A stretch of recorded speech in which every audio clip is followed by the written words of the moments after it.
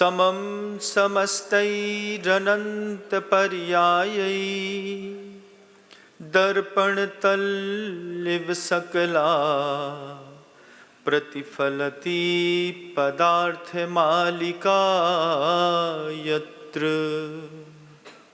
गुरुवः पान्तनो नित्यं ज्ञानदर्शननायका चारित्रार्णौ गंभीरा मोक्षमार्गोपदेशका। अहिंसा परमो धर्म की परम पूज्य आचार्य भगवंत गुरुदेव श्री विद्यासागर जी महाराज की, वर्तमान आचार्य परमेष्ठी गुरुदेव श्री समय सागर जी महाराज की, अष्टानिका महापर्व की, समस्त मुनि संघ की जय। सत्य स्वागत जी महाराज की, स्वागत सागर जी महाराज की, पूज्य आचार्य सत्य की।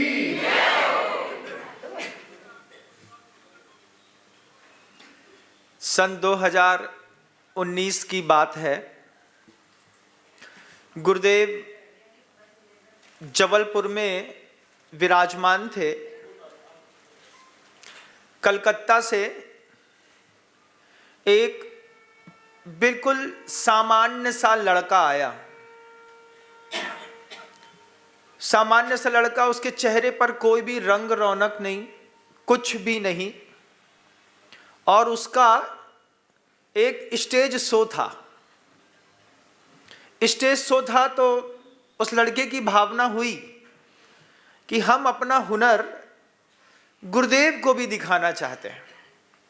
उसका स्टेज शो रात में था और वो चाहता था कि एक बार गुरुजी भी हमारे हाथ का हुनर देखें।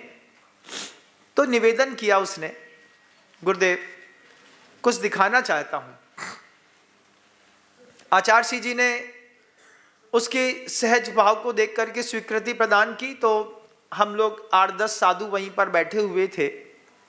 वो अपना इंस्ट्रूमेंट लेकर के आ गया और उसके पास कुछ नहीं था, बिल्कुल नॉर्मल, बिल्कुल नॉर्मल। उसने मेरी आंख के सामने एक आटा चालने की छलनी उठाई, सामने रेत का ढेर था, उसमें से 4 मुट्ठी रेत उठाई, उसी को चाला। चाल करके आचार्य जी के सामने, गुरुदेव इसमें हाथ धर दीजिए। गुरुदेव से उसमें हाथ रखवाया और 4 मुट्ठी रेत से उसने अपना हुनर दिखाना शुरू किया। 4 मुट्ठी रेत उसने अपने, उसका जो ड्राइंग बॉक्स था, उस बॉक्स के ऊपर नीचे से लाइट जल रही थी, ऊपर उसने रेत फेंकी। फेंक करके एक हाथ में एक बार में बराबर, देखते देखते उंगलियां चलाई और चलाते चलाते एकदम से उसने दादा गुरु ज्ञान सागर जी महाराज का चित्र बना दिया।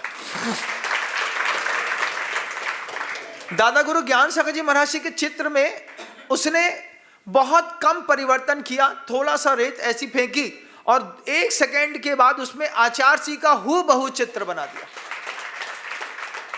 आचार्य जी उस रेत के सैंड आर्टिस्ट को देख करके बहुत आश्चर्यचकित हुए। उनने बोला, इसमें और क्या? बोले, आप जो बोले। उन आचार्य जी ने उससे कहा, इसमें नंदीश्वर दीप जिनालय। बोले, हो जाएगा, एक बार मुझे दिखा बस दीजिए, एक बार दिखा दीजिए, बस फोटो दिखा दीजिए एक बार। उसको एक बार एक फोटो दिखाया नंदीश्वर दीप जिनालय का। उसने एक बार फोटो देख करके हो जाएगा बस, और नीचे रख दिया।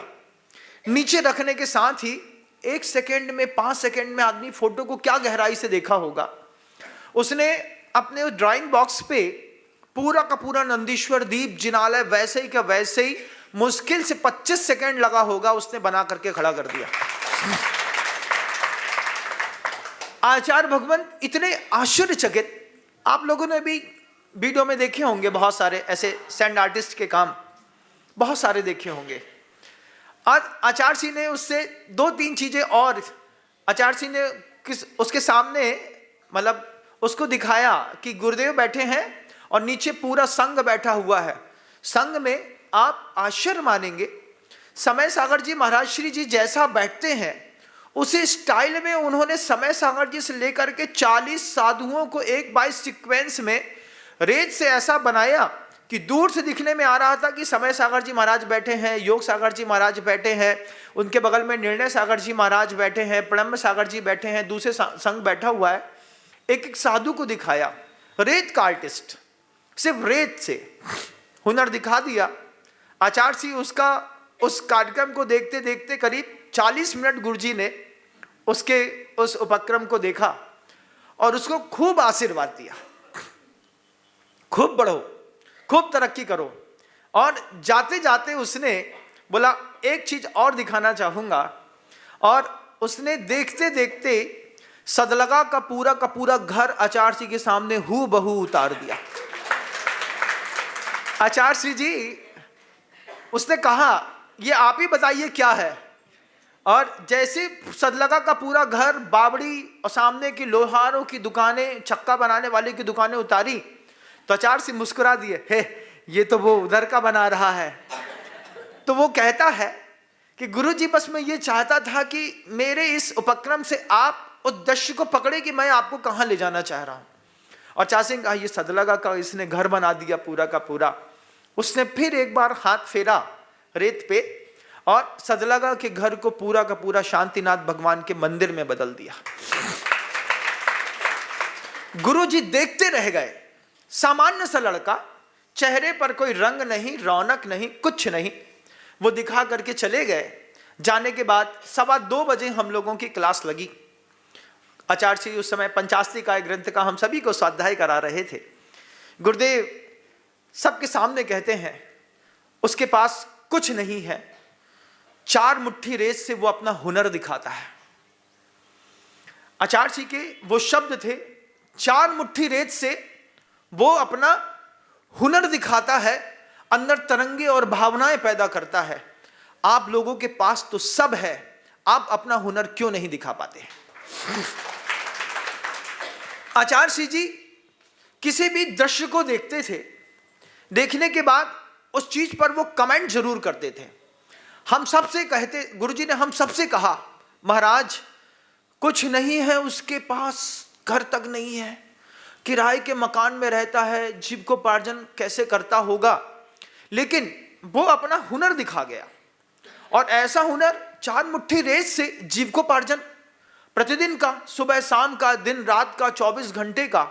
जब हुनर 4 मुट्ठी रेत से पूरी दुनिया में बोल सकता है, आपके पास तो सब है।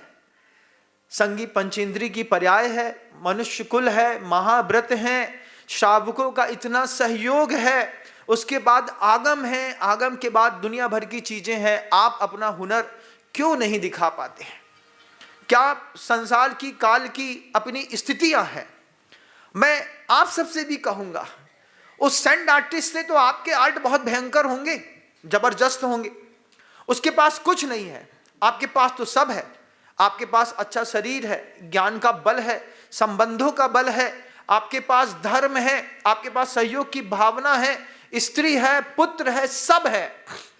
लेकिन आप घूम कहां रहे हैं? जैसे वो एक बैल होता है जिसको कोल्हू में बांध देते हैं, वो अपनी ही परिधि में सिर्फ चक्कर लगाता रहता है, वो अपने घेरे से बाहर नहीं निकल पाता। क्या ऐसा आप भी तो नहीं कि आप कोल्हू के बैल के जैसे गिनी चुनी परिधि में चक्कर लगा रहे हैं? सुबह से लेकर अपने शरीर की परिधि में चक्कर लगाए जा रहे हैं। सुबह सोकर के उठते हैं, दिमाग में जो आप सेल्फ कॉन्शियस, बॉडी कॉन्शियस लोग होते हैं, सोल कॉन्शियस लोग तो बहुत कम होते हैं। जो बॉडी कॉन्शियस लोग हैं, सुबह से लेकर शाम तक बस उनको अपने शरीर की चिंता है सुबह से। तभी तो वैराग्य भावना में लिखा, जिसके श्रृंगारों में मेरा यह महंगा जीवन घुल जाता, अत्यंत असुचि जड़ काया से चेतन का कैसा नाता। कितना महंगा जीवन है, लेकिन हाथ से समय की रेत धीरे धीरे धीरे करके फिसल रही है। एक समय आएगा, थोड़ी सी भी रेत आपके पास समय की नहीं बचेगी, आप कहीं से कहीं पहुंच जाएंगे। लेकिन आप अपने घेरे में घूम रहे हैं। सुबह से लेकर शाम तक हम अपने शरीर के घेरे में घूम रहे, सुबह से लेकर शाम तक हम अपने बच्चे और बच्चे की एजुकेशन के घेरे में ही घूम रहे हैं। सुबह से लेकर शाम तक बस एक ही चीज की चिंता है, मकान का एक फ्लोर और बनाना है। इससे बड़ा क्या कोई घेरा नहीं है संसार में, यही घेरा है बस एक। इसी घेरे में घिरे हुए लोग, जैसे किसी मिसमैरिजम करने वाले जादूगर ने आप सबको मिल करके एक बाड़े में बांध दिया हो। जैसे नेमिनाथ की बारात में पशु बांध दिए गए थे, ऐसे ही आप कुछ घेरों में ऐसे बंधे पड़े हैं। वहीं पर बैठ करके जैसे मुर्गियां अपनी जालियों में बंद होकर के कुकड़ू करती हैं, ऐसी आप भी तो कहीं ऐसा तो नहीं कि घेरे में बंद होकर के वहीं पे कुकड़ू कर रहे। आचार्य जी के पास हुआ, आचार्य जी के पास पंडित जी आते थे, वो अपने नाती को लेकर के, मुझे आज भी याद है, वो पंडित जी अपने नाती को लेकर के आते थे और रोज सामने आकर के बैठ जाए, उनके आगे उनका एक 16 साल का नाती भी बैठ जाए। और अचानक आचार्य जी ने देखा कि पंडित जी तो आते हैं लेकिन नाती नहीं आता। 8-10 दिन गुजर गए, नाती नहीं आता। तो पंडित जी से एक बार आचार्य जी ने पूछ लिया, पंडित जी वो नाती आता था, आपका नाती नहीं आ रहा। अरे महाराज वो धर्म नहीं समझता। क्यों नहीं? वो इतना सुनने के बाद भी विपरीत परिणमन करने लगा है, वो बिगड़ गया महाराज। आचार्य जी ने पूछा, 1 महीने से तो रोज आकर के सुन रहा है, उसके चेहरे पर मैं अच्छे परिणाम देखता हूं, क्या बिगड़ गया? अरे नहीं महाराज, वो बिल्कुल विपरीत परिणमन करता है, उसको स्वाध्याय करने की कला नहीं आती। स्वाध्याय की कला क्या नहीं आती? महाराज आप नहीं समझ सकते, वो स्वाध्याय की किसी भी कला को नहीं समझता। वो नाती किसी काम का नहीं है धर्म में, उसको स्वाध्याय की कला नहीं आती। आचार्य जी ने पूछा, स्वाध्याय की क्या कला है? बोले स्वाध्याय में सुनना पड़ता है, स्वाध्याय में आश्चर्यचकित मुंह बनाना पड़ता है ऐसा, स्वाध्याय में ताली बजानी पड़ती है, स्वाध्याय में गंभीर होना पड़ता है, स्वाध्याय में बड़ी बड़ी चर्चा करनी पड़ती है, स्वाध्याय में। उसके बाद महाराज वो लड़का बिगड़ गया। मैंने क्यों, क्या हो गया? आचार्य जी पूछते हैं। बोले नहीं, वो इंप्लीमेंट करने लगा, वो धर्म को प्रायोगिक रूप में लाने लगा, उसको स्वाध्याय करने की कला नहीं आती। स्वाध्याय में 1 घंटा सुनो, सुनने के बाद यहीं पे पीछे से झाड़ करके चलते बनो, इसको स्वाध्याय कहते हैं। ये स्वाध्याय है कि वो स्वाध्याय है? स्वाध्याय तो वो है कि थोड़ा सुनने के बाद उसको प्रयोग में लेकर के आए। वो लड़का प्रयोग करने लगा महाराज का, उसको लड़के को कला नहीं आती स्वाध्याय की, कला तो हमको आती है। हम आपके प्रवचन सुनेंगे, हम आपकी उद्बोधन सुनेंगे, इसके बाद घर में जाएंगे तो जस के तस वैसे के वैसे ही दिखेंगे, इसको स्वाध्याय कहते हैं। वे लोग आचरण का आ नहीं समझते, लेकिन अध्यात्म के आ की बार बार बात करते हैं। जो लोग कभी भी किसी भी कीमत पर आचरण पर एक कदम आगे नहीं बढ़ाना चाहते। पंडित जी का वो लड़का धीरे से आना बंद कर दिया। आचार्य जी तो समझ ही रहे थे कि वो प्रयोग करने लगा है। वो घर के अंदर रात्रि भोजन का उसने त्याग कर दिया, आलू प्याज गड़ंत का त्याग कर दिया, उसने देव पूजन का नियम ले लिया। जब आपका बच्चा ऐसा करने लगे तो फिर आपको क्या लगता महाराज, ज्यादा नहीं करा करो, समझे, चलो शादी का टाइम हो गया है, पहले शादी करा दो। क्यों नहीं? वो स्वाध्याय की कला नहीं जानता महाराज जी। स्वाध्याय ऐसे थोड़ी किया जाता है, अगर बदल जाएगा तो फिर काय का स्वाध्याय? तो क्या वो सही है कि ये सही है? आप बताइए, वो सही है? ये सही है कि कुछ सीखो, सीखने के बाद उसको इंप्लीमेंट करो। आचार्य जी ने, आप आश्चर्य मानेंगे, उस रेत का जो कलाकारी करता था, सैंड आर्टिस्ट था, उससे पूछा कि तुमने ये कला कैसे सीखी? वो कितनी अच्छी बात कहता है, महाराज मैंने इस कला को सीखने के लिए इंद्रिय संयम का उपयोग किया। मैंने इस कला के लिए, इस कला के अलावा दुनिया की कोई दूसरी कला देखी ही नहीं। बहुत सारे बच्चे हमारे पास आते हैं, कहते हैं महाराज बहुत मेहनत करते हैं, खूब मेहनत करके निकालते हैं, उसके बाद भी हमारा रिजल्ट का आउटपुट नहीं निकलता। इतनी मेहनत करी है, JEE के एग्जाम के लिए मिठाई का त्याग करके बैठे हैं लोग कि जब तक वो क्रॉस नहीं होगा तब तक मैं मीठा नहीं खाऊंगा, लेकिन उसके बाद भी नहीं निकलता। उसके पीछे के कारण आगम ग्रंथों में रखें। आपकी असफलता के कारण आगम ग्रंथों में रखें। आगम ग्रंथों में एक सूत्र आता है, इंद्रिय कसाया वतक क्रिया पंच चतु पंच पंच विंशति पूर्वस्य भेदा। एक सूत्र है।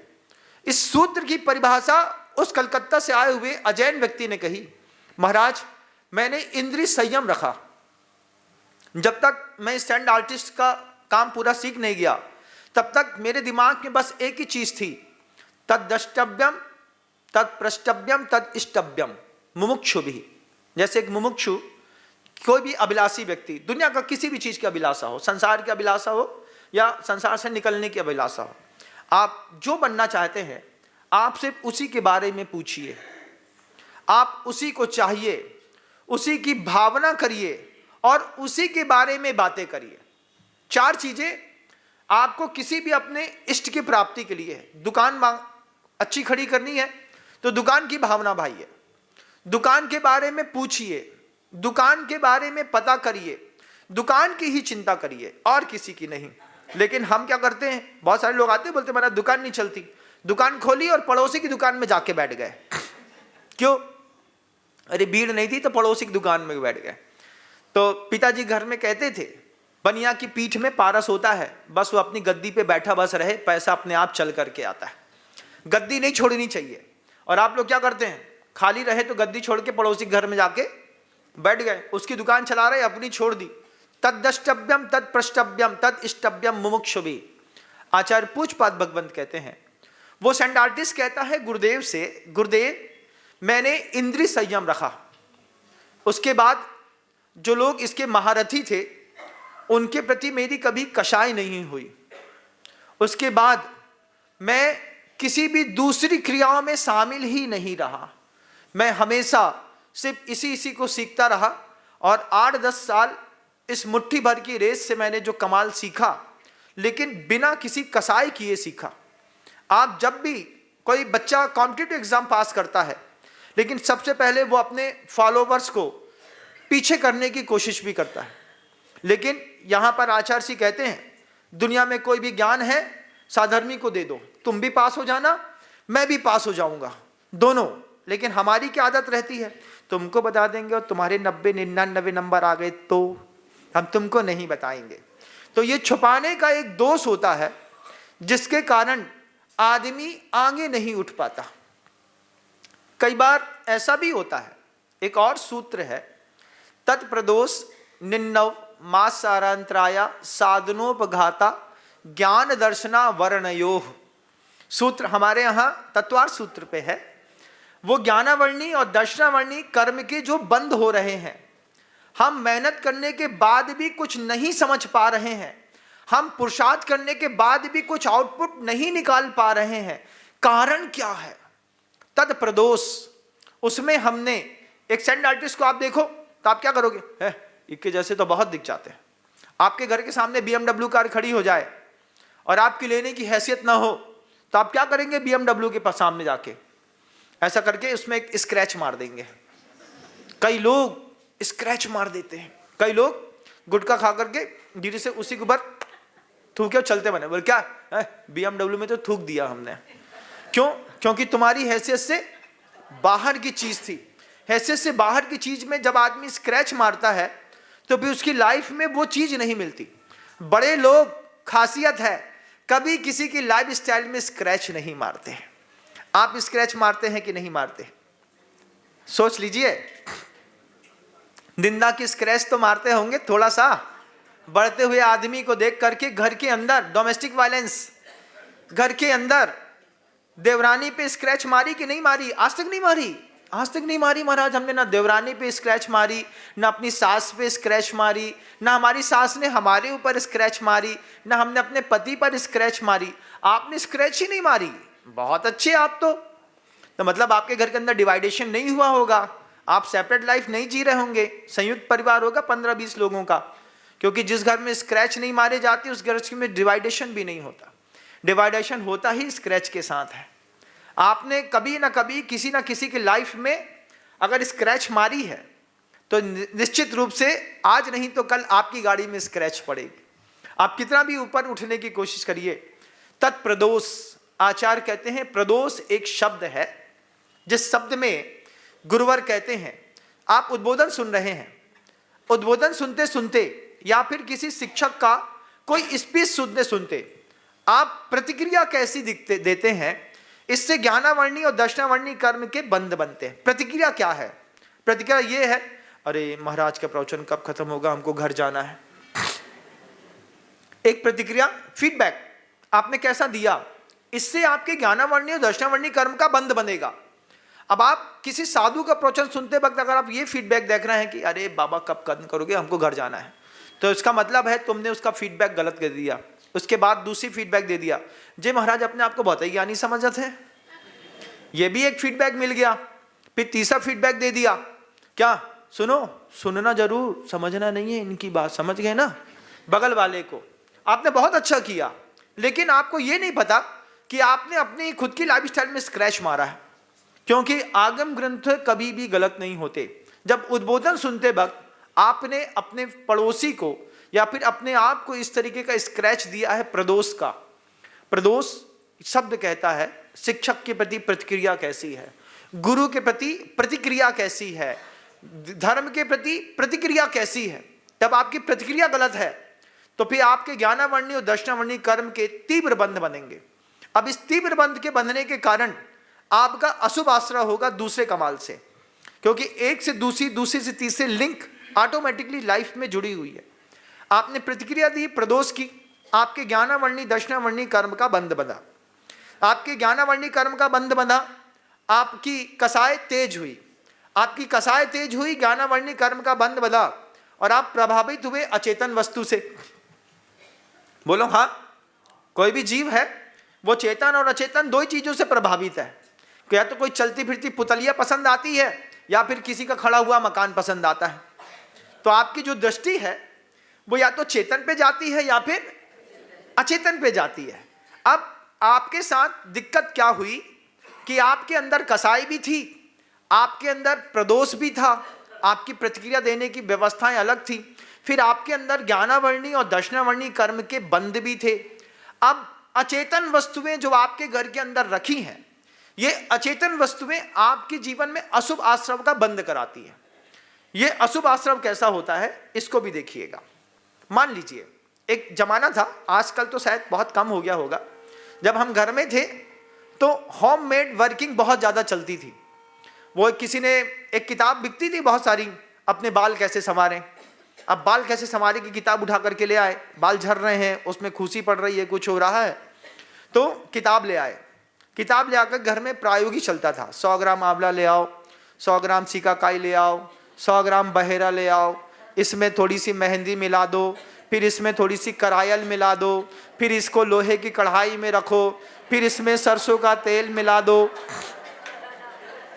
फिर इसको मद्दी आंच में पीसो, पीस करके इसको उबालो, उबालने के बाद उस तेल को 3 दिन तक धूप में रख करके इसको गर्म होने दो, फिर इसके तेल को एक पानी की बॉयल में, उबलते हुए पानी में बीच में रख करके गर्म करो, फिर उसकी भाप को थोड़ा सा व्यवस्थित करो, फिर वो ठंडा हो जाए तो उसको कांच की बोतल पे रखो, कांच की बोतल पे, कांच की बोतल पे रखो और फिर रात में उसको लगाओ और सो जाओ। सुबह उठोगे 15 दिन के बाद बाल काले काले घने घने दिखाई देंगे। ये पहले लोग करते थे प्रयोग, आजकल नहीं करते। आजकल क्या है महाराज, आजकल तो गार्नियर का जमाना है महाराज। एक बरगंडी लगाई, एक गार्नियर लगाया, एक गोल्डन वाली पट्टी खींची, काम खत्म। लेकिन उस समय जब ऐसा होता था तो एक ऐसी घटना घटी, मुझे बड़ा आश्चर्य लगा कि वो जो बगल में एक मतलब रहते थे कोई, तो उन्होंने आंवले का पानी बनाया। आंवले का पानी बना करके उस आंवले के पानी को बोतल पे भर के रख दिया। रखने के बाद उसमें ये था कि 21 डेज तक ये पानी ऐसे ही रखा रहेगा। अब वो जो बहन थी उसने उस आंवले के पानी को रख करके वो भूल गई। भूलने के बाद वो आंवले का पानी उसी बोतल पे करीब 2 साल तक रखा रहा।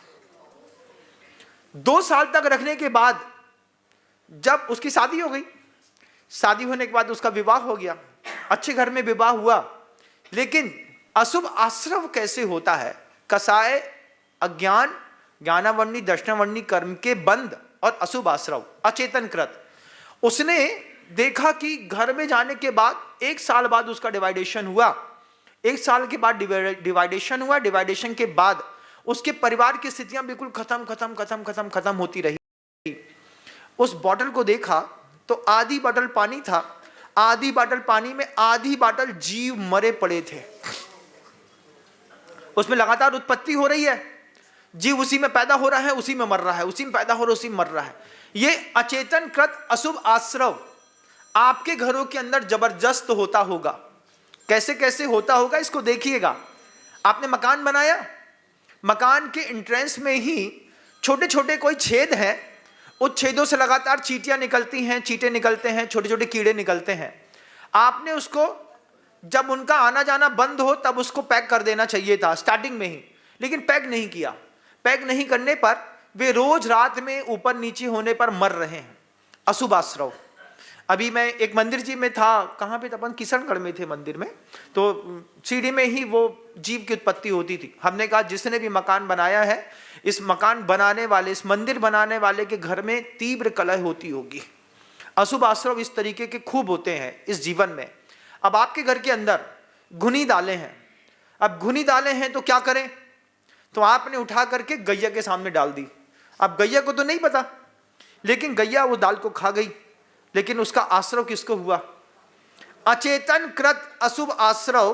उसमें ज्ञानावर्णी, दक्षिणावर्णी 2 कर्मों का उदय, उदय के साथ आपकी कसाय, कसाय के साथ साथ आपके अंदर से प्रदोष का भाव। प्रतिक्रिया कैसी करते हैं आप?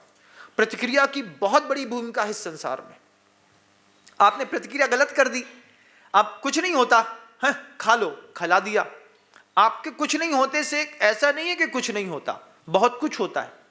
आपने सुबह के बर्तन मांजे नहीं और गर्मी में सुबह का बर्तन रख दिया, शाम को आप ऑफिस से आए, अरे हो गया मांज लेंगे, खिचड़ी उसी में रखी रखी सड़ गई।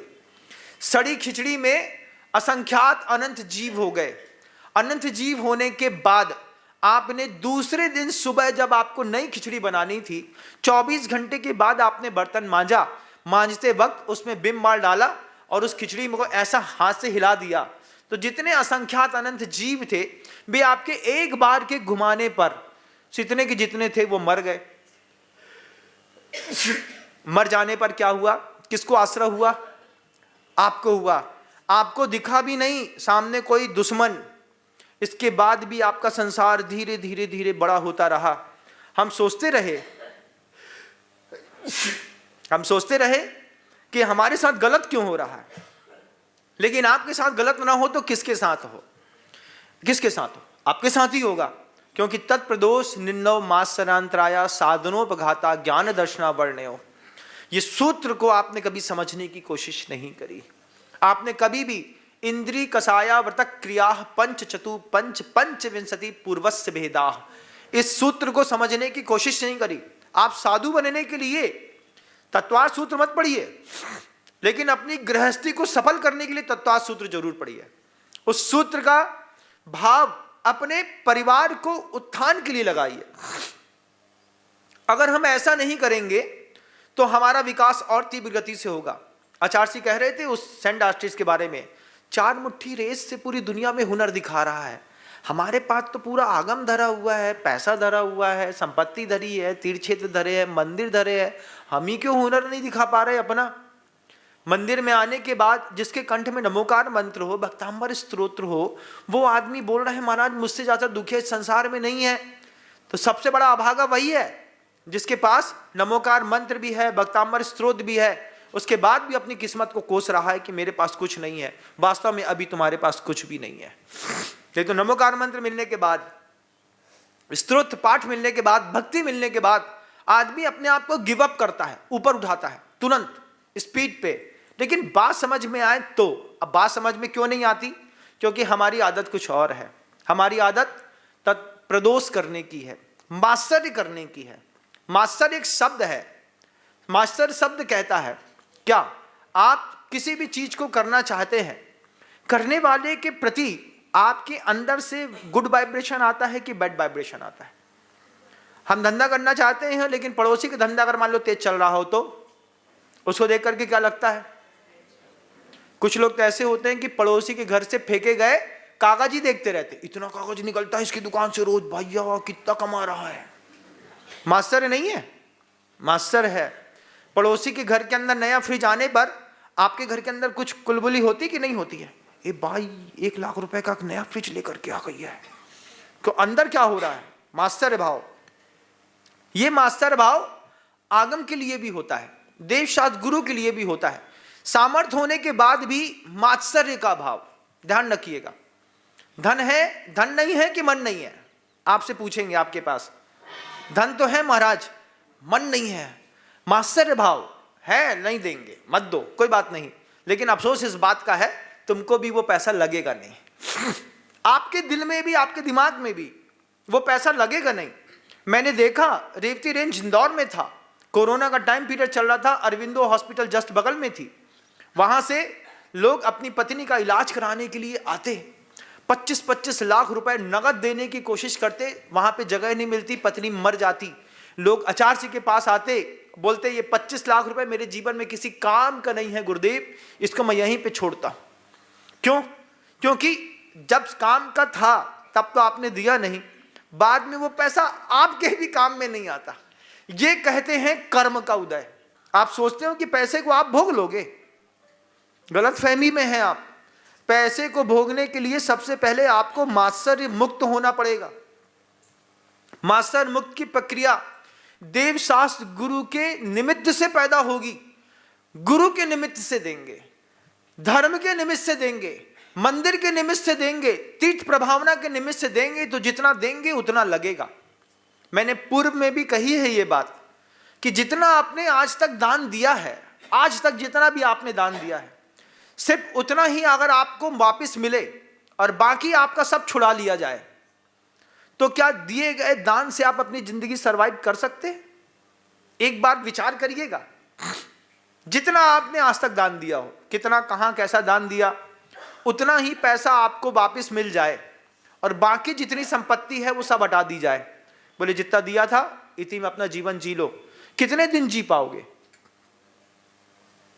एक बार अंतर मन में विचार करिए कि जितना मैंने दिया है इतना ही अगर मुझको मिले तो उतने में मैं कैसे अपनी लाइफ का सरवाइव कर पाऊंगा। तब आपको लगेगा अरे ये बात तो बहुत उल्टी हो गई। और ऐसा ही सही होता है। आगम कभी झूठ नहीं बोलता, आगम बिल्कुल सही बात बोलता है। तुम जितना दोगे उतने की ही प्रतिक्रिया और फलश्रुति तुम्हारे जीवन में पल्लवित और पोषित होगी। इसके अलावा तुमको कुछ मिलने वाला नहीं है। बहुत सारा पुण्यानुबंधी पुण्य बांधा था, तो इस बार बहुत कुछ मिला है, अगली बार न मिलेगा। महाराज सैनिक को जिस बार मगध का साम्राज्य मिला था, उसके अगली बार उनको क्या मिला आप भी देख लीजिए। क्या मिला? नरक गति चले गए। वो सेठ मर करके अपनी ही विष्ठा में कीड़ा बन गया। इस बार जो मिला है ये न सोचना कि अगली बार भी मिलेगा। वो सेठ जो मर करके अपने ही घर के धन की तिजोरी के ऊपर सांप बन करके बैठ गया, क्या दोबारा भी यही मिलेगा? ना मिलेगा। इस बार जो मिला है वो अगली बार नहीं मिलेगा। तो इस बार मिला है तो क्या करें? प्रदोष कभी भी किसी के ऊपर भी किसी भी प्रकार की प्रतिक्रिया करने के पहले 1000 बार सोचिए। मात्सर्य करने से पहले 1000 बार सोचिए। निन्नव, निन्नव भी एक शब्द है आगम ग्रंथों में। जहां से जो मिला उसका तो नाम ना लिया और दुनिया भर में अपना गहना गाते रहे। चुटका लगा करके पास हो गए और किसी ने कहा अरे भैया तुम्हारा तो 99% आया। अरे बहुत मेहनत करी मैंने इस बार। काय में मेहनत करी भैया? चोरी में। क्या चुटका लगाए मैंने, कहाँ कहाँ चुटके बनाए, कैसे कैसे लिखे, कान में फंसाया, नाक के अंदर घुसाया, इसमें मोड़ा, ये किया वो किया, जैसे तैसे पास हो गया। तो निन्नव, अपने गुरु का नाम छिपा देना, अपने धर्म का नाम छिपा देना, अपने धर्म की क्रियाओं को भी छिपा देने का नाम निन्नव है। सामने वाला अजैन अगर गलती से ये कह बैठे आप तो जैन है ना, अगर उसने कह दिया कि आप जैन हैं, तो फिर आपकी जवाबदारी है कि इसके आगे हमको अपने जैनत्व का पूरा परिचय देना होगा। अब उसी अजैन ने आपको बुलाया, वो आपके लिए शाम को 5 बजे भोजन की व्यवस्था रख रहा है और आप अपने मुंह से कह रहे हैं हमारा तो चलता है। क्या बोलते हैं? हमारा तो चलता है। अजैनों को पता है कि जैनी रात में नहीं खाते और जैनी अजैनों के यहां जाकर के बोलते हैं हमारा तो चलता है। इसको निन्नव कहते हैं। तुमने अपने धर्म का जैन शब्द को छिपा दिया। हमारे यहाँ ऐसा होता नहीं है। अब तो वो क्या है, जो लोग व्रत ले लेते हैं ना, उन लोग करते हैं हमारा तो चलता है। आपका नॉनवेज होटल में चलता है, आपका नॉनवेज के साथ चलता है, आपकी उल्टी सीधी चीज़ों से चलता है, आपका शराब से भी चलता है, आपका शहद से भी चलता है, आपका बाजार के नफीस के टोस्ट से भी चलता है, आपका सबसे चलता है। आप तो बहुत अच्छे हैं, बहुत देर तक अच्छे नहीं है, लेकिन इस बात को ध्यान रखिएगा, अभी धीरे धीरे कर्म उदय में आना शुरू होंगे, धीरे धीरे कर्मों की उदीर्णा होना शुरू होगी। उसके बाद क्या होगा, आप चाह करके भी अपना हुनर नहीं दिखा पाएंगे। हुनर दिखाने के लिए सरल बनिए, कुटिल मत बनिए। सरल बन करके कहिए, गुरु से पूछिए मेरे लिए रास्ता क्या होगा बाहर निकलने का। जिनवाणी इतनी भरी पड़ी है, जिनवाणी से गुरु से पूछो मेरे निकलने का रास्ता क्या है, मैं कैसे निकलूंगा। जब जाकर के आप निकलने का रास्ता पूछेंगे, जब सियार निकल गया, कुत्ता निकल गया, मेढक निकल गया धर्म को पाकर के, तो क्या आप नहीं निकल सकते? हम भी निकल सकते हैं। लेकिन प्रदोष करने की आदत है, मास्टर की आदत है, निन्नव की आदत है। महाराज जाने से पहले महाराज की प्रभावना पहुंचा दी जाती है, कभी बार माइनस में, कई बार प्लस में भी। ये भी तो मास्टर ही है। फिर साधनन उपघात, वस्तु रखी थी लेकिन गायब कर दी। क्यों? अगर मिल जाएगी तो ये कमाल कर देगा। तो धीरे से खींच लिया, धीरे से इशारे से बोला बाद में। ये क्या है? इसको कहते हैं साधन का उपघात करना। आज साधन का उपघात कर दिया, कल को पता चला आग का रेटिन ही खराब हो गया। महाराज पहले तो पिताजी को बहुत दिखाई देता था, अब ऐसी ऐसी आंखें करते हैं, अब दिख नहीं रहा है महाराज। क्या बद्दा दद्दा दिख रहा है? नहीं महाराज, कछु नहीं दिख रहा हो, सफेद सफेद बस दिखाई देते हैं। साधन का उपघात कर दीजिए। आपके भी साधनों के उपघात होने में बहुत ज्यादा समय नहीं लगता।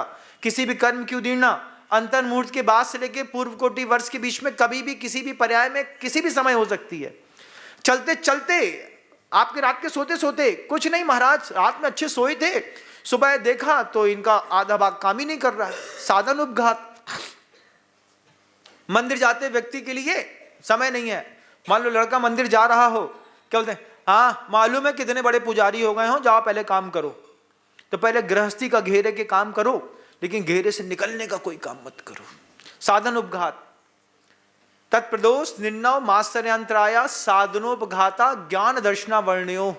साधन का उपघात कर देना, छिपा देना, किसी और को कुछ सिलेबस ना मिल जाए, हम कहाँ से पढ़ रहे हैं किसी को बताएं नहीं।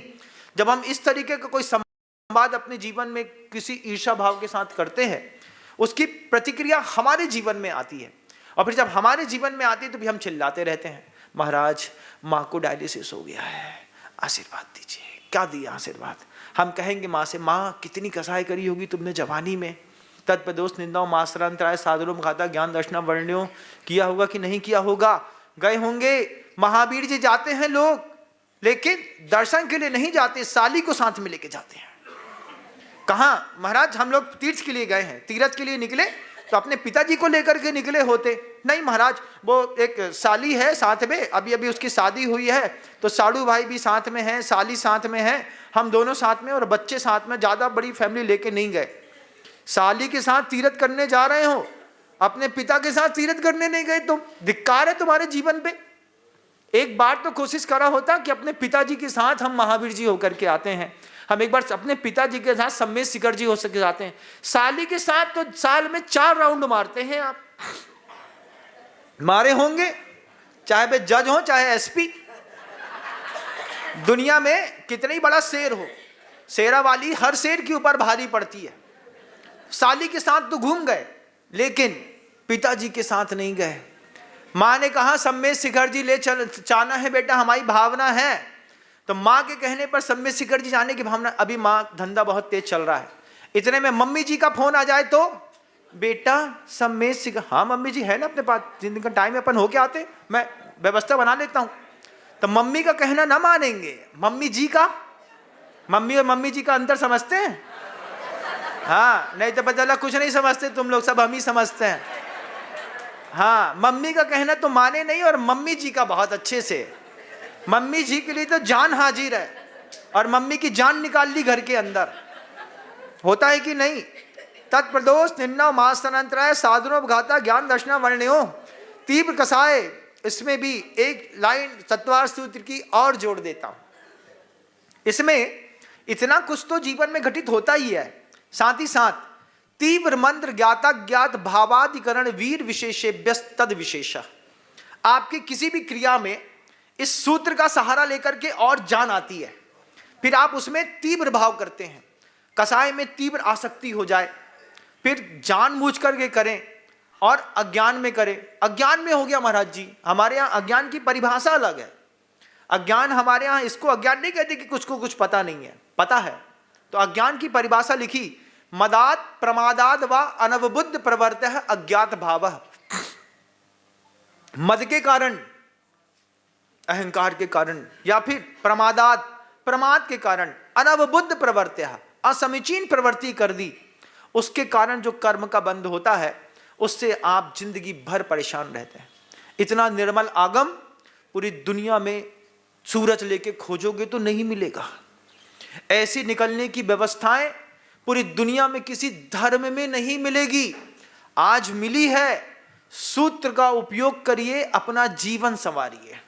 जिन लोगों को लगता है, कई बार अंदर से वाइब्स आती होगी, हमें सफेद दाग होने वाला है, सफेद दाग होने वाला है, अंदर से वाइब्स आती होगी, कहीं ऐसा तो नहीं कि हमको हार्ट अटैक आ जाए।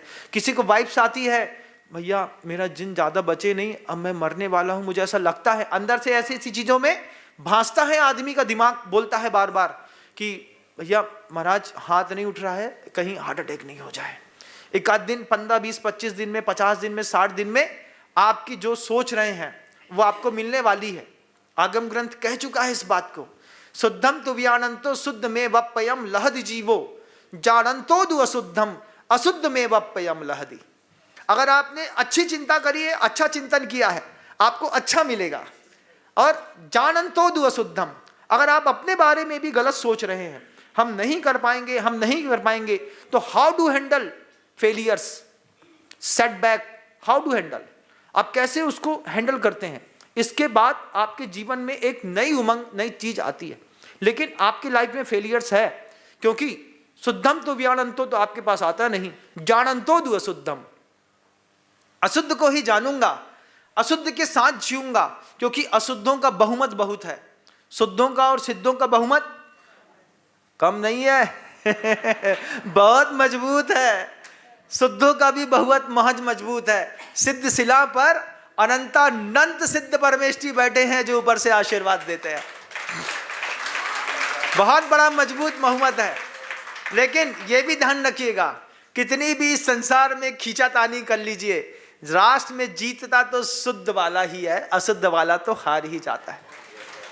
जब किसी भी गृहस्थ की अंतिम समय में उसकी एक चेहरे की फोटो खींचना, एक फोटो खींचना किसी गृहस्थ की मरते समय की, उसके चेहरे को देख करके लगेगा कि कितने दर्द के साथ मरा है। और एक संत की आप अंतिम समय का चेहरा देखना, बंद आंख से गुरुदेव का चेहरा बताएगा, मैं इस देह से जो अच्छा कर सकता था सब करने के बाद इसको निचोड़ करके छोड़ करके जा रहा हूं। निचोड़ना पड़ता है। हम तो फुलाने में मस्त हैं महाराज, अभी थोड़ा वजन कम है महाराज, क्या है अभी 105 किलो है महाराज, 108 मूल गुण होते हैं ना वो, तो 108 हो जाए, बस 3 का आशीर्वाद और दे दीजिए। आदमी 108 चाहता है, 105 चाहता है, लेकिन और कम करके सिर्फ 8 नहीं चाहता। क्यों?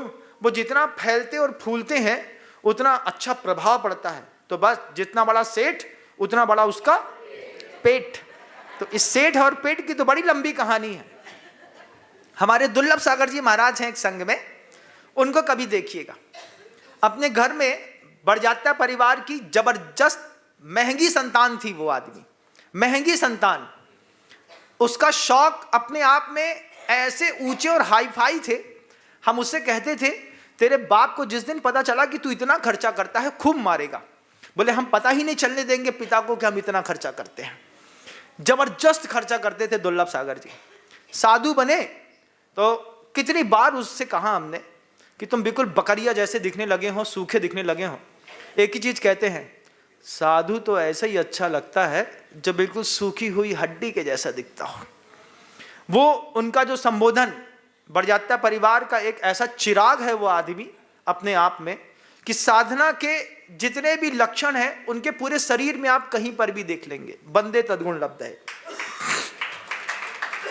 ऐसा देखना होता है। आप उस चीज को देखिए, जिंदगी जिस घेरे में जी रहे हो ना, उस घेरे से थोड़ा सा बाहर निकलो, दुनिया बहुत खूबसूरत है। उस पैसे का जो दुरुपयोग घर के अंदर रह करके हुए जा रहा है, श्रृंगारों में महंगा जीवन घुले जा रहा है, मरे जा रहा है। वही बपुर वही गंधनम दारा पुत्रा मित्राणि शत्रवः। शत्रु के लिए कितना पैसा खर्चा किया तुमने, सुप्रीम कोर्ट तक गए, 50-50 लाख रुपए वकीलों को दिया। अरे इतना अगर धर्मादे में लगाया होता तो सामने वाला अपने आप छोड़ करके चला गया होता, लेकिन ऐसा आपसे हो नहीं सकता। लेकिन दुनिया में और भी कई गजब के लोग होते हैं। मुझे याद है, गुरुदेव बीना बारा में थे और सागर का एक व्यापारी आचार्य जी के पास पहुंचा, तो आचार्य जी ने उसको कुछ संदेश दिए, तो उसने 21 लाख रुपए की एक बोली ले ली। 21 लाख रुपए की बोली ली, आचार्य जी को खूब धन्यवाद दिया, बोले गुरुजी सौभाग्य है, प्रतिमा रखने का मौका मिल रहा है, और चला गया। घर गया तो तीसरे दिन उसके 3 खंड की मकान में आग लग गई। 3 खंड के मकान में आग लगी। आग लगने पर नगदी जल गई। नगदी जली, सोना पिघल करके कहीं और जगह समा गया। पूरा पूरा घर, दुकान, मकान 3 खंड का पूरा नष्ट हो गया। वो जब पूरे खंड में आग लग गई तो पेपर में छपी, न्यूज चैनल पे आया कि कटरा बाजार पे आग लग गई। उसके बाद वो 5 दिन बाद आचार्य जी के पास आया 21 लाख रुपए लेकर के नगद, और आचार्य जी के चरणों में ला करके बोलता है कि गुरुदेव ये 21 लाख रुपए की राशि आपको लिए यहाँ पे दान के लिए बोली थी, हम पैसा लेकर के आए हैं। आचार्य जी ने कहा तुम्हारे घर में तो आग लग गई है, अभी तो वो 3 खंड, हाँ मकान महाराज जल तो गया पूरा मकान, लेकिन जब संसार मिट रहा हो, जब घर जल रहा हो, तो सबसे पहले कीमती चीज बचाई जाती है, और कीमती चीज तो ये दान था। मैं पहले दान का पैसा बचाया कि कर्जा तो संसार में चलता रहेगा, लेकिन सबसे पहले मैं दान निकाल करके चरणों में रख देता हूं, क्योंकि दुनिया में सबसे कीमती है दान, सबसे कीमती है आपकी पूजा, इससे कीमती मेरा परिवार नहीं है। ये उदाहरण आचार्य जी के दिमाग में ऐतिहासिक उदाहरण बना कि घर जल रहा है, घर जल गया। पहले भावना होती कि घर बनाएंगे, ठीक करेंगे, बचा हुए पैसे में करीब 7.25 करोड़ रुपए की संपत्ति जली उनकी। उसमें उन्होंने 21 लाख रुपए ला करके सबसे पहले बीना बारा से क्षेत्र पे दान दिया। उसके बाद कहते हैं महाराज जैसे 7.25 वैसे ही 8-7 कोई दिक्कत नहीं है, लेकिन सबसे पहले कीमती चीज बचा ले। स्ट्रगल तो लाइफ में होता रहेगा, लेकिन यहां पर हम कुछ कमाल कर देते हैं, और उन्होंने सबसे पहले दान दिया। दुनिया में सबसे कीमती चीज है दान। पर्याय छूटे इसके पहले व्यवस्थित करके जाइए। पर्याय छूटने से पहले बोलिए, बोल तो दिया है, अगर लगे कि भांस रहा हो कि आज गए कि कल गए, तो बोले बेटा एक कीमती चीज रह गई है, बच्चों को सब दे दिया, बेटी को सब दे दिया, परिवार वाले को सब दे दिया, गुरु को देना रह गया था, ये गुरु के हिस्सा भी मेरे नाम पे पहुंचा दीजिएगा। तब जाकर के समझिएगा कि जीवन का कुछ उत्थान संभव है। शुद्धम तो व्यानंतो शुद्ध में वप्पयम लहदि जीवो जानंतो दु अशुद्धम अशुद्ध में वप्पयम लहदी। अगर आप अशुद्ध को जानते हैं, अगर आप लालच के पीछे भाग रहे हैं, तो ध्यान रखिएगा आपके पीछे बहुत सारी कर्म प्रकृतियां भी घूम रही हैं। आप कब घूम जाएंगे आपको तो पता भी नहीं चलेगा। जुआ खेलने जाओ, आदमी पूरे कॉन्फिडेंस के साथ जाता है, क्या लगता है अरे हम तो हरा देंगे, लेकिन जब उसकी चक्री के बीच में उसकी गेंद फंसती है तब उसको लगता है कि हाथ में अब कुछ भी नहीं बचा। जब इस संसार से जाओ तो कहीं ये एहसास ना हो कि हारे हुए जुआरी के जैसे हम यहाँ पे जा रहे हैं। विजेता बनते हैं वो लोग जो सही तरीके से खेलना जानते हैं। 2 चाकों के बीच में साबुत बचा न कोई, तो कील सहारे बैठ गया बाल नबाका होए, धर्म के सहारे बैठ गया तो बाल नबाका होए, नहीं तो सब के सब लोग मरते हैं। अभी नीचे बैठा था मैं कमरे में, आपके यहाँ के वो मोतीलाल जी कोठारी हैं कोई, है ना, शांता जी कोठारी, रतन लाल जी कोठारी, हाँ वो आए, बोलते 88 साल की उम्र हो गई मेरी, 80,000 रुपये मुझको अभी पेंशन मिलती है, आप बताइए मैं क्या करूं। और चरणों पर खुद आकर के 11 लाख रुपए की राशि स्वीकृत करके चले गए। आप सोचते हैं कि हम साथ में ले जाएंगे, वास्तव में 88 साल की उम्र में 2 महीने बचे कि 4 महीने बचे कि 2 साल, किसी को नहीं पता। उन्होंने कहा 11 लाख रुपए आप जहां चाहते हैं वहां पर ये समर्पित हैं, आप जब बोलेंगे हम तब आपके लिए समर्पित कर देंगे, लेकिन मुझे देना है, मेरी उम्र हो गई, मुझे मिल भी रहा है। शुद्धम तु व्यानंतो शुद्ध में वप्यम लहदी जीवो, जानंतो दु अशुद्धम अशुद्ध में वप्यम लहदी। शब्द को विराम देता हूं। आप भी चिंतन करिएगा कि आपका धर्म, आपका जीवन भी इन्हीं सब चीजों के बीच में फंस करके किस तरीके से पिस रहा है। बचने का प्रयास करें। गुरुदेव श्री विद्यासागर जी महाराज।